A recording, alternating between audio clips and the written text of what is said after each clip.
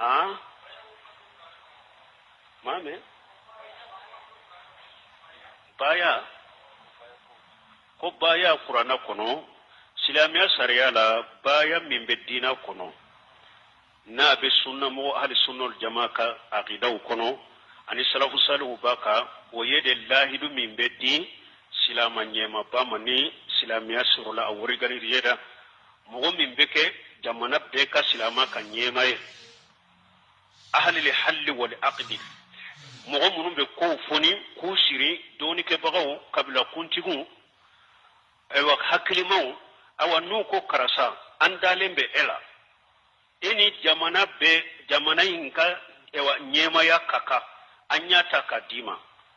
nu ye nyema ya inta kadima ahli li halli wal aqdi betede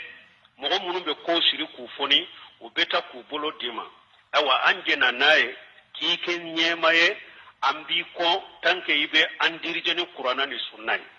mi dongodo ni bora qur'ana ni sunna ka anti kofe ninde to ko lahiru baya mi ninni bora islam nyema bo bora yete baya beke dina kono kerefela uni fewno ulu ye bidiya baya ude oye baya min islamia sariya ba korde obeke nyema bade ko mi saudiya nunu fule tokomi ni ulu kam masake nunu be sigi ahli halli wal aqdi karamugo ba munum be ani kabila kuntibi munum be ani famala mugo munum be ulu beta ku bolo dama anjena naye ikanyema ya ambi ko tanke ibe qur'ana ni sunna ko ambi nofe nima qur'ana ni sunna bila donc baya kore ninde abeke nyema bade ateke be mi tariqatibu ulu ka baya donendo tariqati be baya babolo me ulu ta kure munye uyere bado awumbe ko munu na delela jelen tula anye ko do de fara nyogon ka doro ambuke namma sarti gelenke mugoka anni mugoka lahidu gelenta uye awa ni lahidu nyogoya ndiko njoli nafolo nyireku nkadembaya nimbori ko domi alakin tachinya alakin halake alakin kan nafolo chinya puru kashiri aka na yichinya domi aka na boyko bidiya mugo ni tariqatu ka baya indinde ulu ka baya de kisiri ambe galonde ka kisiri tuma min ni yanka galondo ye chinya ye kana bonko fe parce que hari ni e yere nana chinya ye domi ya do nunun tay galonde de e ka hakili be jigi yere e ka yere danga indela nyallahidu min tan ni nyaki yere danga nin tora ka bo ko kana halaki obeke sababu ibeto urugulu ibe muga donc ulu tay ninde uya ke kamugo de siri doro kamugo trompe et puis wallahi kono na fana uba fuye mugo te aundoye anyere ka karamugo te minye karamugo silame obu kallahi du kono na de kana karamugo re lamede unnen kadi ikana gerula yere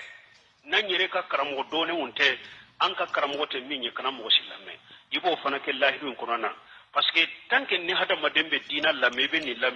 dondola kandai ala de taye ni e chinya me yoro me ala be kanda fili biskun kono ibe kanda ye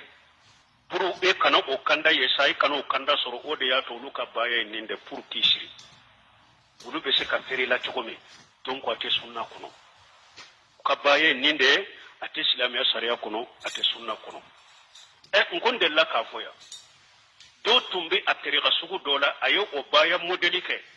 alhamdulillah be derisullah me munun kana na sunna famu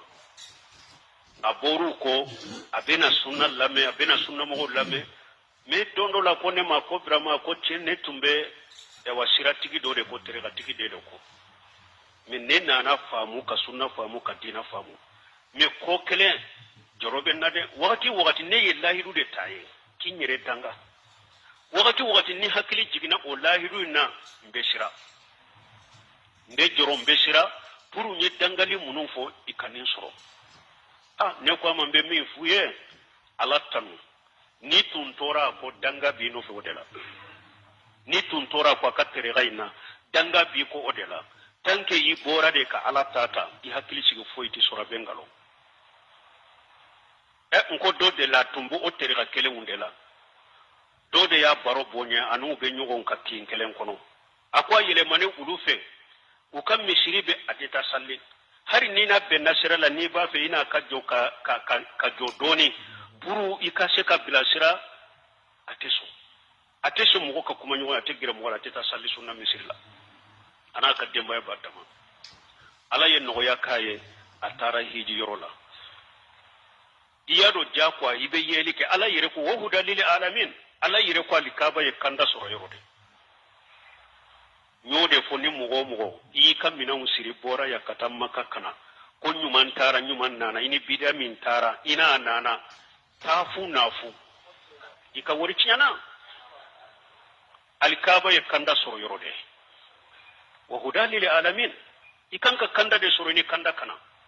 ale taara ye a ye fɛn min ye ala ye kanda d'a ma a ye hijabu caman de sa fɔlɔ a n'a nana ani hijabu nalen a y'a muso wele a y'u sigi ayiwa a ko ne ye a y'aw furu an tun bɛ ɲɔgɔn kan yan ma hijabu ko fɔ aw ye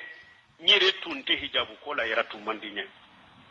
mais sisan n taalen hiju la ka na ala ye min yira ne la n y'o ye n tun bɛ cogo fɔlɔ min na n bɔr'o kan dɛ hijabu filɛ muso min bɛ ne fɛ ni hijabu dɔn muso min t'i n fɛ i ma sɔn hijabu ma o y'a yira i t'i n fɛ sira dir'i ma ne ni hijabu de nana de min bɛ ne ka furu fɛ i bɛ ni hijabu dɔn min t'i n ka furu fɛ fana ni banna ni hijabu ma ayiwa bɔ ko ni i banna ne la i banna n ka furu ma e bɛ taa a y'u dɔn hijabu la ayiwa ko musow ma fana n t'a tɔ to dɛ n bɛ muso kalanbaga wɛrɛ ɲini min ye a ka diina kala ka faamu sunna b'a bolo y'a faamu n b'o furu ka fara aw kan n den minnu bɛ ni aw minnu fana yɛrɛ bonyama min ta a n'aw kala ayiwa a sigiɲɔgɔn tun bɛ ɲinɛ don dɔ nana bɛnna ko a bɛ yafa ne ma ala kama a ka misiri lɛni alhamdulillah ne farala kan bɛna salli ka fara aw kan a ko ale ko a ma e yɛlɛmalen ya e tun tɛna an fɛ i tun tɛ hali tan d'a ma an ka baro kan a ko u y'a fɔ an ye de ko an kana gɛrɛ aw la ko u y'a fɔ an ye de ko an kana gɛrɛ aw la mais ne b'a ɲini awa a ka yafa ne ma ala kama a ye sunna ta o tɛ mɔgɔ wɛrɛ ne yɛrɛ an taara min na an bɛ min na ne bɔra ko n bɛ fiɲɛ min na gɔtɔrɔn kan kamalen fila nana sigi u bɛ baro la dɔw ko anw ka tanta in kɔni a bɛɛ wahabiya kuma a bɛɛ wahabiya wajuli a tɔ kelen dɔ in ko a ma i mana wahabiya jamana de la yan bɛɛ wahabiya koyi ana wahabiya jamana de la o donc wala mɔgɔ min bɛ taa n'a bɛ kanda sɔrɔ kana ye mun y'a tɔ kanda bɛ sɔrɔ alikaba parce que haramu mɔgɔw min ye ala ka diinɛ tiɲɛ ye o de bɛ yan bon anw ko an ka tiɲɛ in de duga ko a kana fɔ jamana in ye tiɲɛ de duga mais n'i taara saudiya ni hiju jama belebele jama caman in filɛ n'i gɛrɛla ciden ka kaburu la ko i bɛ maga i b'a fɔ hajj haram n'i ko i bɛ maga kogo la i b'a fɔ haram i t'u ka kan mɛn tunu b'a f'u ye nin ye kogo de i b'a gosi ten nin ye kogo de hɛrɛ t'a bolo tɔɔrɔ t'a bolo ciden barika ɲini de a ye min f'u ye tugu o kɔ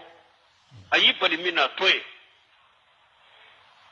n'u taara kaburu la u ka kaburu bɔgɔw ni fɛnw ta u b'a fɔ haram i bɛ bala la a laban ye kogo de kɛ kaburu bɛɛ la k'a da sɔgɔ pour a kanu bɔgɔ ta hari o n'a ta bɛ u bɛ wajulikɛlaw de bila ka taa ye tant que ni hadamadenw kandali ka taa tawhidi ni fɛn ma n'u ka hami dɔn n ko de y'a to n ko delila k'a fɔ yan ko ni cɛ dɔ delila ka taa ɲɔgɔn fɛ o ye kɛra ne ka hiju filanan ye 2014 an donna madina misiri la musa ka military kɔrɔ dɔ de don an taara ɲɔgɔn fɛ dɛ an bɛɛ bɛ so kelen kɔnɔ ne ma foyi f'u ye an taara haramu la salli fɔlɔ min a jɛwlen bɛ ne kɛrɛfɛ alimami ye kabaru fili bɛɛ ye kabaru fili a ye a kini lajɛ a y'a numan lajɛ a y'a ɲɛfɛla lajɛ ne y'a kɛ komi n y'a ta la bɛɛ bɔ min kalama a y'a bolo fura ta a y'u bila disi la mɔgɔ m'a fɔ a ye dɛ an bɔre fana ne ma fɛn fɔ a ye a ko suguna a k'an ka karamɔgɔw y'an janfa a ko walahi nin jama wuyuba ala tɛ nin jama in fili ka mali dɔrɔn bila tiɲɛ kan de bɛ nkalon kan a y'a fɔ n ye ten a ko ala tɛ nin jama in to fili la ka mali kelen to kamali to fen aw be min ko de ngalo ni jamata de tinyai nka karamo ya njamfo ma fuyi fonye ni jora anyere ina ina ka kausara ayere de ya fote de alaka hakimanda man bale mo donc hali be alaka jamana kanda o ka baya munu fulen ni nya koro ye ninde doro ki siri doro kana tinyaye sino ate dina kono baya min be dina kono be ke silama be ka nyema de subhanakallahumma rabbana bihamdika ashhadu an la ilaha illa anta astaghfiruka wa atubu ilayk